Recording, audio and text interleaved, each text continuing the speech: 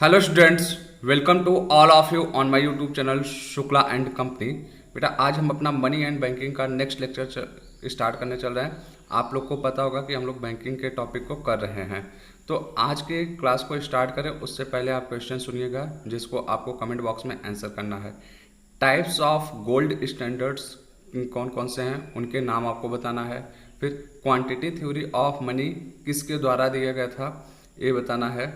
फिर third question आपका है कि 1980 में जब नेशनलाइजेशन ऑफ बैंक हुआ था, 6 बैंकों का उस टाइम किया गया था 15 अप्रैल को, तो 6 बैंक कौन कौन से थे जो 1980 में राष्ट्रीयकरण किए गए थे, उनके नाम क्या हैं, उन बैंकों के नाम आपको बताने हैं। ये 3 क्वेश्चन हैं आपके जिनको आपको कमेंट बॉक्स में आंसर करना है। एक चीज़ और कि आप लोग अक्सर एक क्वेश्चन पूछते रहते हैं कि सर टॉपिक कब खत्म होगा, कि अभी कितनी क्लासेज और बची हैं। देखिए बेटा कि मैं एक चीज़ बता रहा हूँ आप लोग को कि आप लोग बहुत सारी बुक यूज़ कर रहे हैं, मीन्स आप उस बुक से पढ़ते हैं तो उसके अकॉर्डिंग आप मैच कराने की कोशिश करते हैं, तो आपको लगता है कि नहीं अब तो टॉपिक खत्म होने जाना चाहिए। लेकिन मैं वो सारा पॉइंट कवर करना चाहता हूँ कि जिससे आपके क्वेश्चन आते हैं, क्योंकि ज़्यादातर बुकों में क्या होता है कि छोटे छोटे पॉइंट्स वो नहीं बताए रहते हैं और वही बाद में आपको कन्फ्यूजन क्रिएट करता है कि सर ये तो हम पढ़े ही नहीं थे। तो उन सारे पॉइंट्स पे हम क्या करना चाहते हैं, फोकस करना चाहते हैं ताकि आपका कहीं से भी कोई भी क्वेश्चन छूटने ना पाए। तो इसलिए अभी आप वेट करिए, जब भी जो क्लासेस खत्म होते हैं या जो सब्जेक्ट्स खत्म होते हैं हम उसके लास्ट क्लास में आपको ये बता देते हैं कि हाँ ये टॉपिक ओवर हो चुका है। ठीक, तो आइए हम आज का अपना टॉपिक स्टार्ट करते हैं। आपको पता होगा लास्ट टाइम में हम लोग इंश्योरेंस स्टार्ट कर चुके थे, तो आज इंश्योरेंस कॉन्ट्रैक्ट के बारे में देखते हैं, इंश्योरेंस से रिलेटेड और पॉइंट्स देखते हैं क्या इंपॉर्टेंट चीज़ें हैं। अगर इंश्योरेंस कॉन्ट्रैक्ट की बात हम करें तो insurance is a contract where one party that is the insurer agrees to pay specified amount on the happening of an event.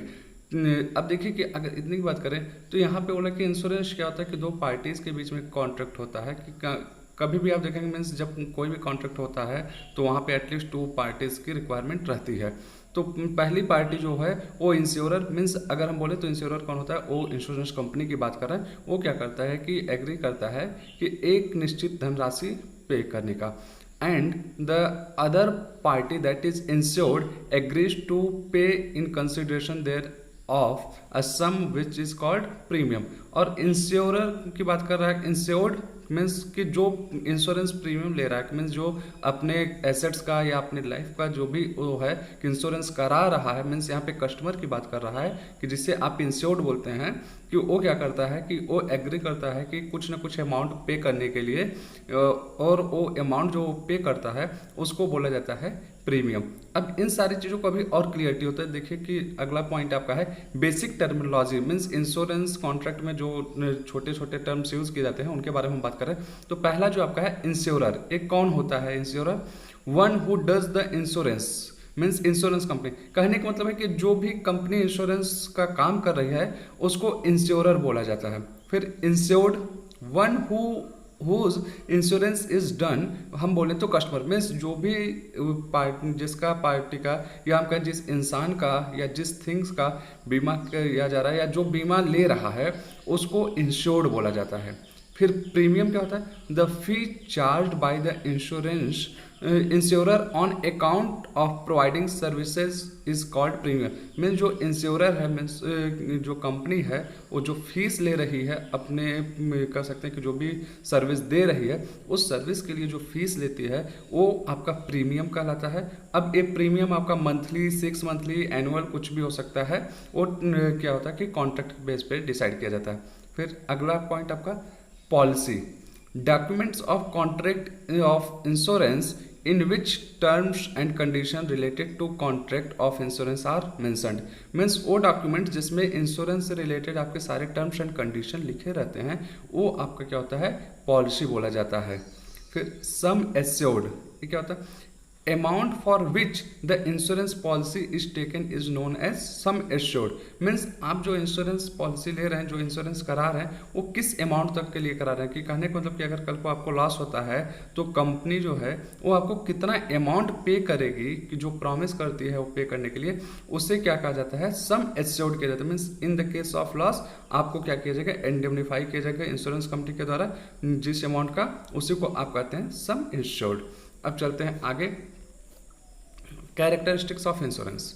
कि मीन्स इंश्योरेंस की क्या क्या विशेषता है उसको देखिएगा कि इसमें क्या है कि एटलीस्ट 2 पार्टीज की रिक्वायरमेंट होती है। मीन्स एक इंश्योर्ड होता है, दूसरा इंश्योरर, कि ये तो आपने देख लिया। फिर एग्रीमेंट कहने का मतलब कि ऑफर एंड एक्सेप्टेंस होना चाहिए। मीन्स इंश्योरेंस कंपनी क्या करती है कि ऑफर देती है कि अपने सर्विसेज का, और जो इंश्योरर होता है वो क्या करता है कि मीन्स जो हम कहीं कस्टमर होते हैं वो इंश्योरेंस पॉलिसी लेते हैं, तो एक दूसरे की तरफ से क्या किया जाता है कि ऑफर और एक्सेप्टेंस दोनों चीज़ें होती हैं। जब तक ऑफर एक्सेप्टेंस नहीं होगा तब तक इंश्योरेंस कॉन्ट्रैक्ट का निर्माण नहीं हो पाएगा।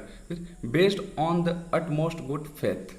अब देखिए अटमोस्ट गुड फेथ का मतलब ये होता है कि अगर हम इंश्योरेंस कंपनी के पॉइंट ऑफ व्यू से बोले या जो इंश्योरेंस ले रहा है, दोनों के पॉइंट ऑफ व्यू की बात की गई है इसमें कि दोनों लोग अपने अपने तरफ से कोई भी चीज़ें छिपाएंगे नहीं। जो भी मतलब चीज़ें हैं कि कहने का मतलब कि अगर हम कस्टमर के पॉइंट ऑफ व्यू से बोलें तो अगर वो किसी प्रॉपर्टी का इंश्योरेंस ले रहा है तो उस प्रॉपर्टी के बारे में सारा का सारा चीज़ें जो भी उस प्रॉपर्टी से रिलेटेड बेसिक रिक्वायरमेंट कंपनी को जाननी चाहिए वो बताएगा।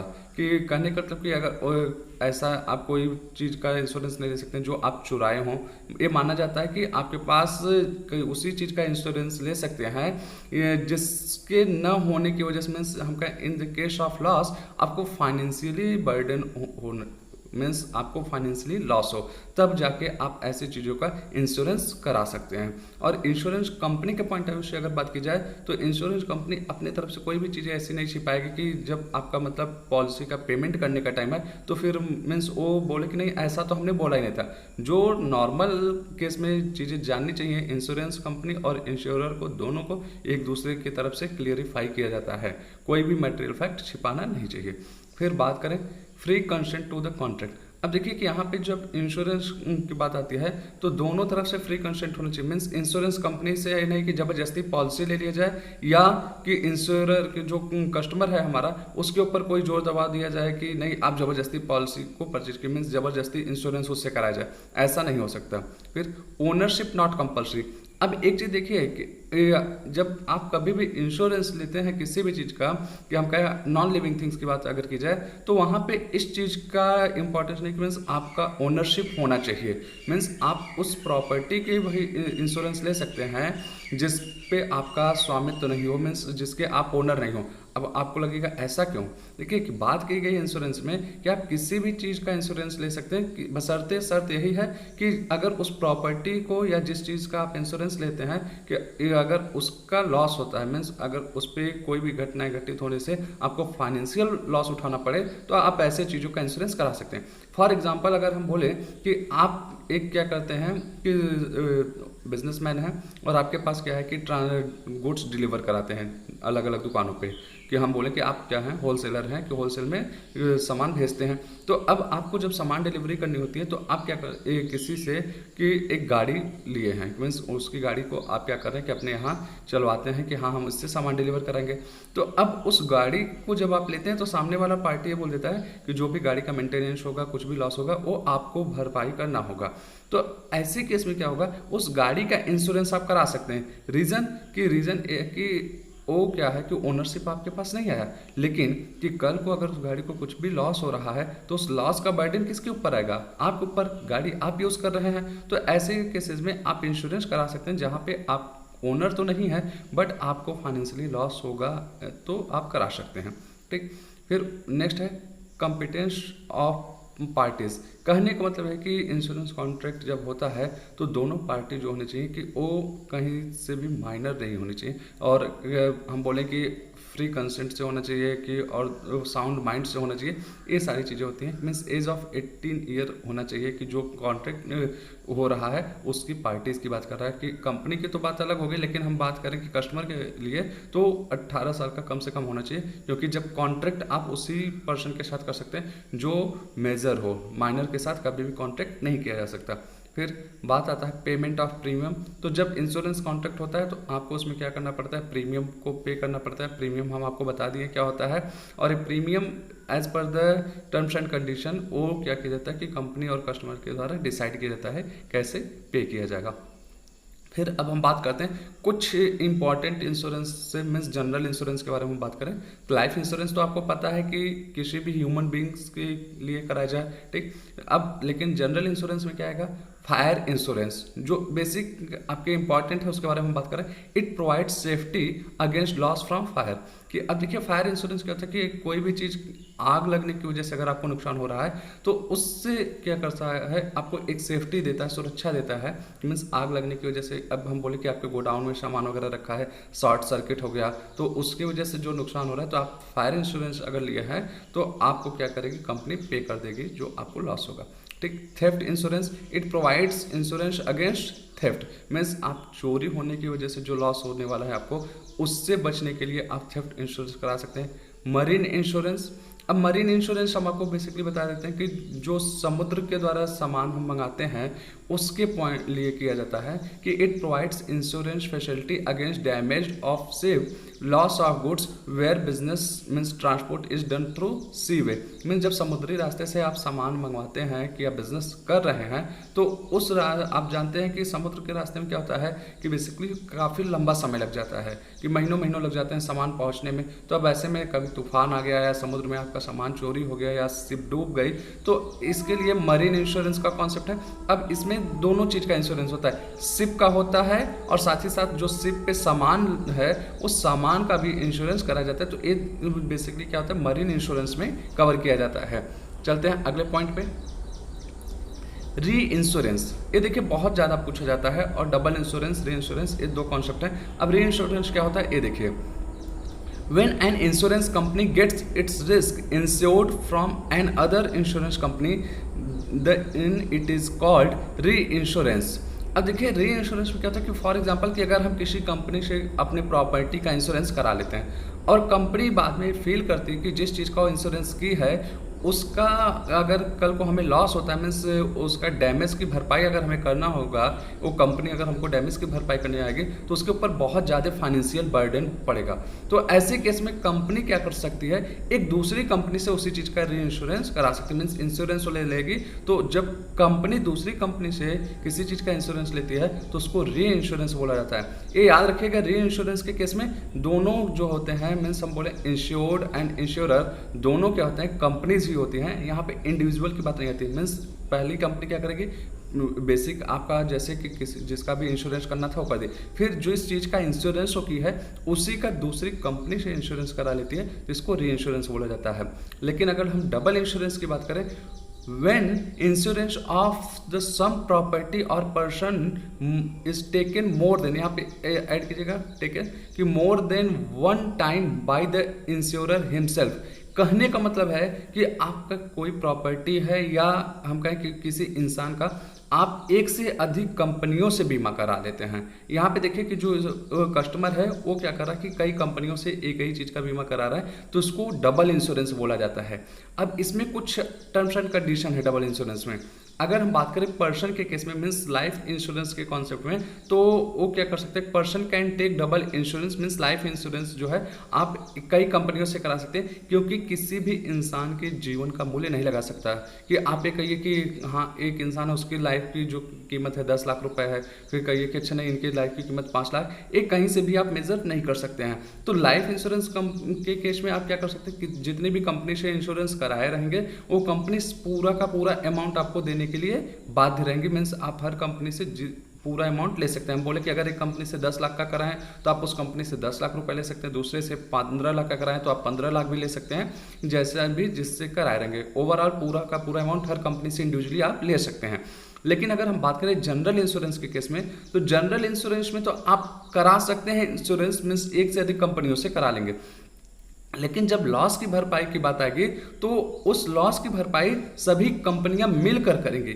अब यहाँ पे ऐसा क्यों बोला गया ये समझने की कोशिश कीजिए। फॉर एग्जांपल अगर आपके पास एक बाइक है, मान लीजिए 50,000 रुपये की है, और आप क्या करते हैं कि उसी बाइक का इंश्योरेंस 3 कंपनियों से करा लिए, कि एक कंपनी से कराएं, दूसरी तीसरी, और तीनों कंपनी अगर कल को आपको मान लीजिए 40,000 रुपये का लॉस हो रहा है, एक्चुअल लॉस, तो तीनों कंपनियों से आप इंश्योरेंस कराए थे, तो अगर उन सभी से क्या करेंगे 40,000 रुपये का आप इंश्योरेंस पॉलिसी रिसीव करते हैं, मीन्स हम बोले कि इंडेमनीफाई किए जाते हैं कि लॉस के केस में, तो ऐसे में क्या होगा कि आपका जो इंश्योरेंस कराए थे मेन जो उसकी कॉस्ट थी 50,000, लेकिन 3 कंपनी से आप क्या करेंगे 40,000 रुपए करके 1,20,000 ले लेंगे, तो ऐसा आप नहीं कर पाएंगे। तो यहाँ पे क्या किया गया है, ऐसा मतलब जनरल इंश्योरेंस के केस में एक कंडीशन लगाई गई है कि अगर आप एक से अधिक कंपनी से इंश्योरेंस लेते हैं, मीन्स डबल इंश्योरेंस कराए हैं नॉन लिविंग थिंग्स की, तो in the case of loss तो वो कंपनियां क्या करेंगी, जो आपको टोटल लॉस हुआ होगा उस लॉस को क्या करेंगे, उस रेशियो में वो लोग क्या क्या करने वाली हैं कि आपको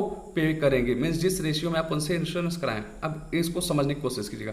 फॉर एग्जांपल जैसे हमने बोला कि आपने बाइक का इंश्योरेंस कराया है, अब एक कंपनी से आपने क्या किया कि 20,000 रुपये का पॉलिसी लिया, फिर दूसरे कंपनी से आपने क्या किया 30,000 का पॉलिसी लिया, चौथी कंपनी थी मान लीजिए उससे 40,000 का आप पॉलिसी लेते हैं, और आपको मान लीजिए 30,000 का एक्चुअल लॉस होता है। तो अब जब एक्चुअल लॉस आपका 30,000 को हुआ तो ये 30,000 रुपये का पेमेंट ये तीनों कंपनियां जिस रेशियो में आपने क्या किया है कि उनसे इंश्योरेंस लिया, जैसे 20,000 लिया, 30,000, 40,000, तो 20,000, 30,000 और 40,000 का एक रेशियो बनाया जाएगा, मीन्स 2:3:4 का रेशियो बनाया जाएगा, और उसी रेशियो में 30,000 रुपये क्या किए जाएंगे, बांट दिए जाएंगे, और सब कंपनियां अपने रेशियो के अकॉर्डिंग ओवरऑल आपको पेमेंट करेंगी। मीन्स आप इंडिविजुअली किसी कंपनी से नहीं पैसा ले सकते हैं, सब कंपनियां अपने रेशियो के अकॉर्डिंग पे करेंगी, जिस अकॉर्डिंग आप उनसे पॉलिसी लिए हैं। ये जनरल इंश्योरेंस के केस में अप्लाई होता है। फिर अगला जो हमारा पॉइंट है वो है एश्योरेंस एंड इंश्योरेंस। एश्योरेंस क्या होता है, the terms used in case of life insurance, means assurance में हम बात करें तो आपको इस चीज़ की गारंटी रहती है कि जो आप इंश्योरेंस करा रहे हैं उसका आफ्टर अ सर्टेन टाइम या after a certain circumstances payment मिलेगा ही मिलेगा, मीन्स वो पॉलिसी आपको मिलेगी। जैसे होता क्या है कि लाइफ इंश्योरेंस के केस में कि आप देखते होंगे कि अगर आप 20 साल का मान लीजिए एक जीवन बीमा लेते हैं, तो 20 साल के पहले अगर आपकी डेथ हो गई तो जो भी आपसे रिलेटेड मीन्स आपका नॉमिनी होगा उसको उस पॉलिसी का अमाउंट पे किया जाएगा, या 20 साल में आपकी डेथ नहीं होती है तो आपका पॉलिसी क्या हो रहा है, मैच्योर हो रहा है, तो मैच्योर होने के बाद उस पॉलिसी का पेमेंट आपको मिलेगा। मीन्स हर लाइफ इंश्योरेंस के केस में बोले आपको अल्टीमेटली किसी भी सूरत में उस पॉलिसी के मैच्योरिटी पे पैसा मिलेगा ही मिलेगा, मीन्स जिस भी अमाउंट का आप लाइफ इंश्योरेंस पॉलिसी ले रहे हैं वो अमाउंट मिलना ही मिलना है, वो आपको मिले या आपके बेनिफिशियरी को मिले। कि मीन्स अगर आपकी डेथ हो रही है तो उसकी वजह से, आपकी डेथ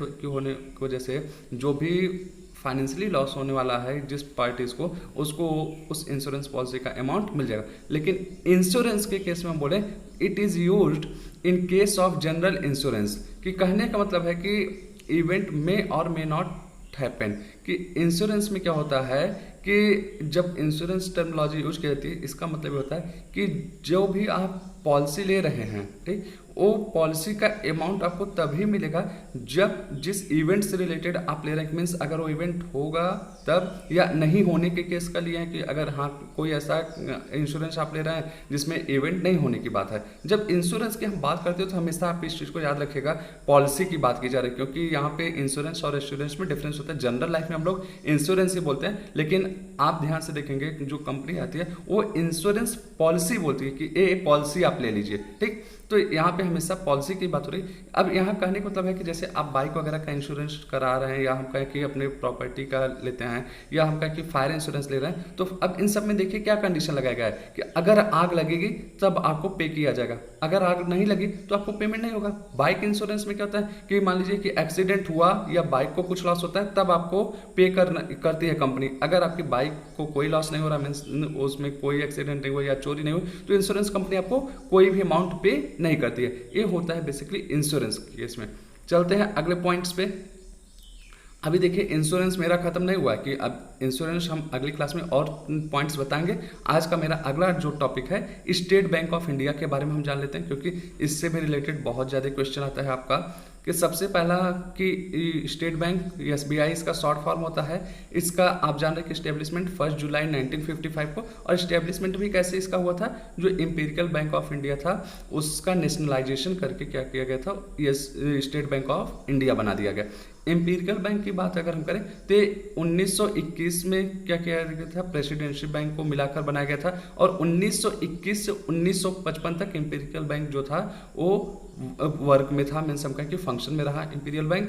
फिर इंपीरियल बैंक की अगर हम बात करें वो 3 बैंकों को मिलाकर बनाया गया था, प्रेसिडेंशियल बैंक जिसे हम बोलते हैं, bank of Calcutta, bank of Bombay and bank of Madras.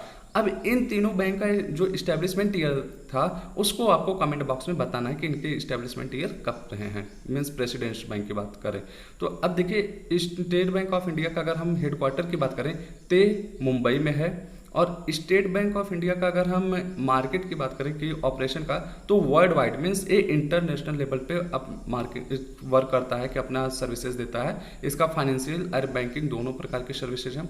फिर state bank of India work as subsidiary of RBI means reserve bank of India, where RBI has no branch office.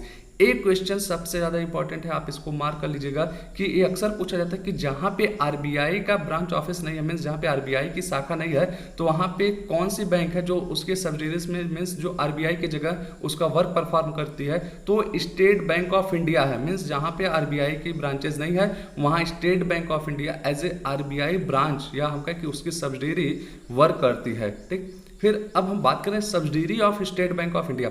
इस एसबीआई के भी बहुत सारे सब्सिडरीज बैंक हैं जो कि हम बोले टोटल 7 हैं कि वो कौन कौन से, इसको याद रखिए, ये भी पूछा जाता है आपको।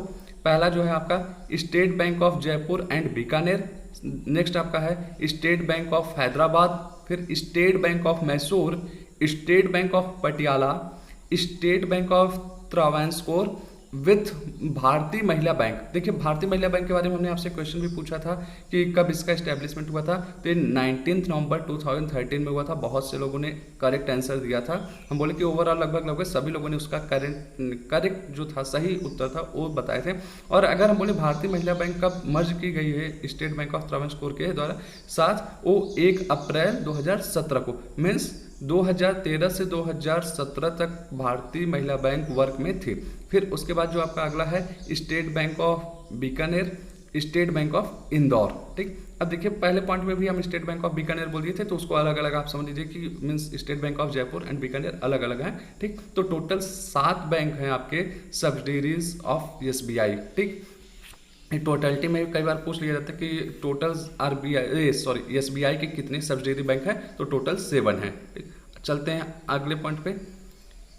ई बैंकिंग मीन्स इलेक्ट्रॉनिक बैंकिंग की बात कर रहे हैं। इससे भी आपको बहुत ज़्यादा क्वेश्चंस आते हैं कि ये भी आपके लिए बहुत इंपॉर्टेंट है।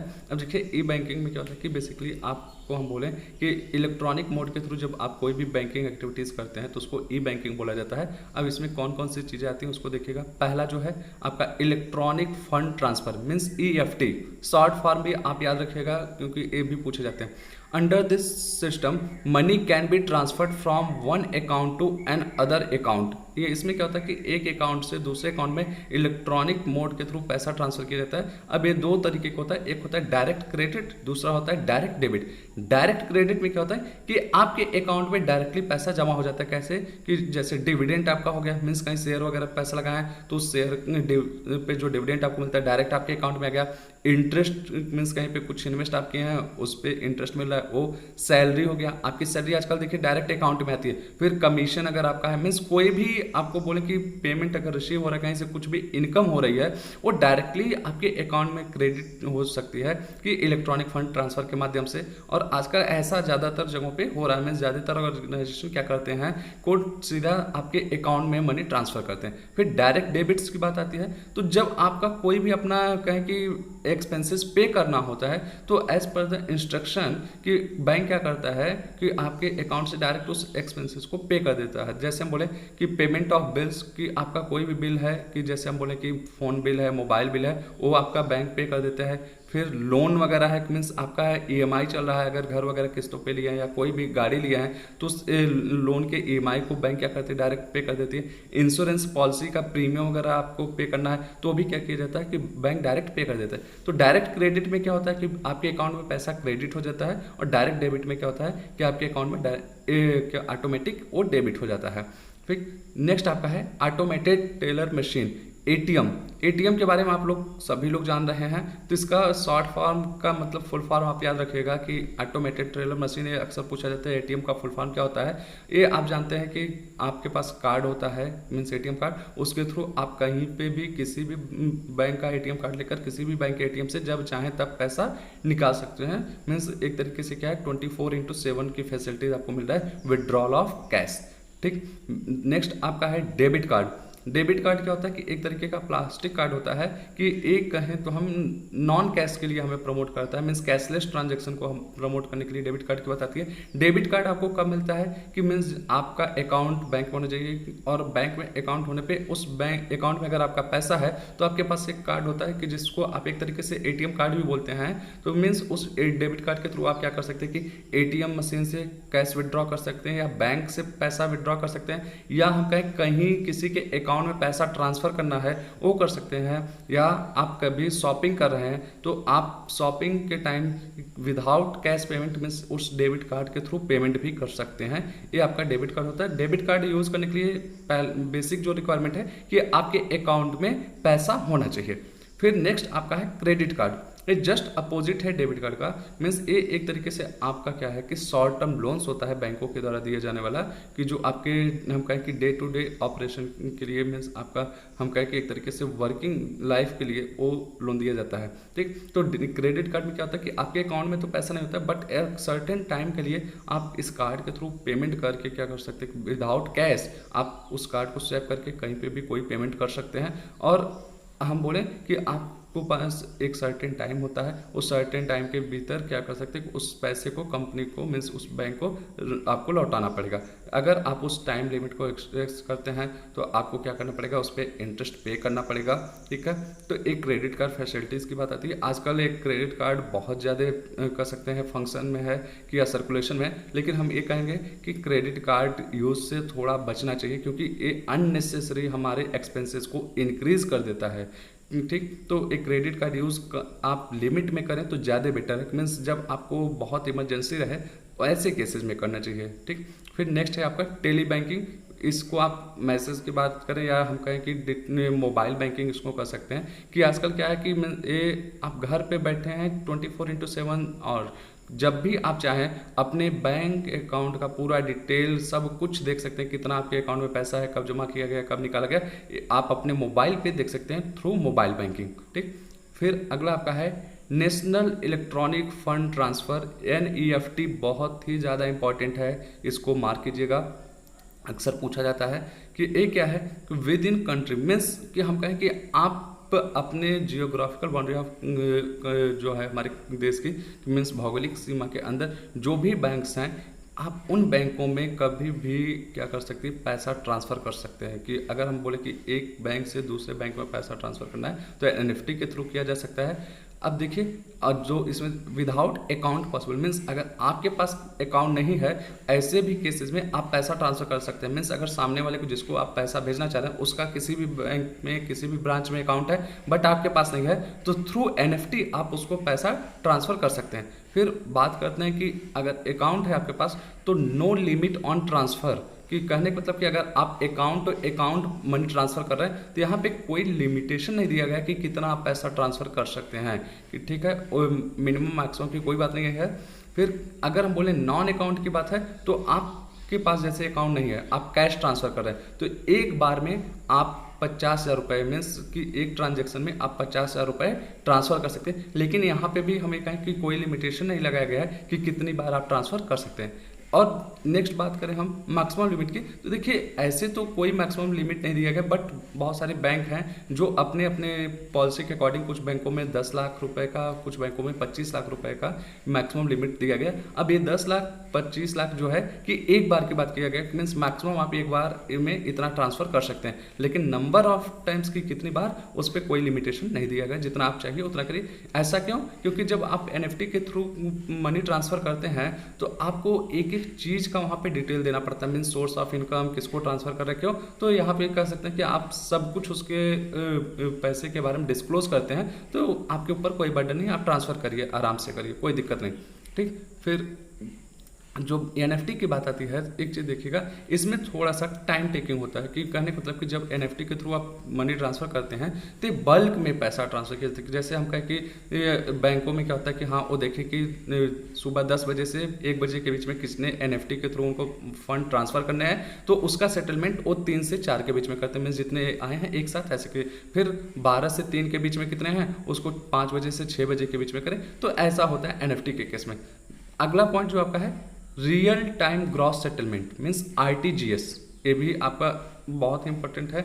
अब दोनों में देखिएगा क्या होता है कि बिस रियल टाइम ग्रॉस सेटलमेंट क्या होता है, it refers to a fund transfer system where transfer of funds takes place from one bank to another on a real time and on gross basis.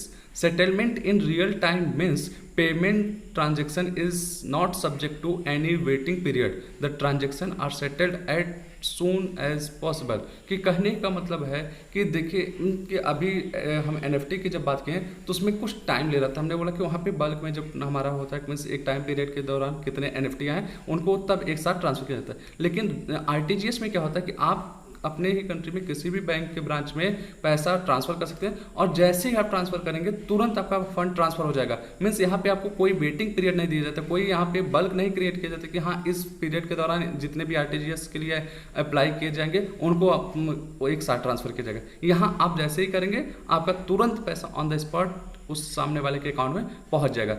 RTGS में एक चीज़ देखिएगा कि यहाँ पे minimum criteria दिया गया है कि मीन्स मिनिमम आपका 2 लाख का अमाउंट होना चाहिए कि जब आप फंड ट्रांसफ़र कर रहे हैं थ्रू RTGS तो आप मिनिमम 2 लाख रुपीज़ ट्रांसफ़र करेंगे, उससे नीचे की बात नहीं होती है।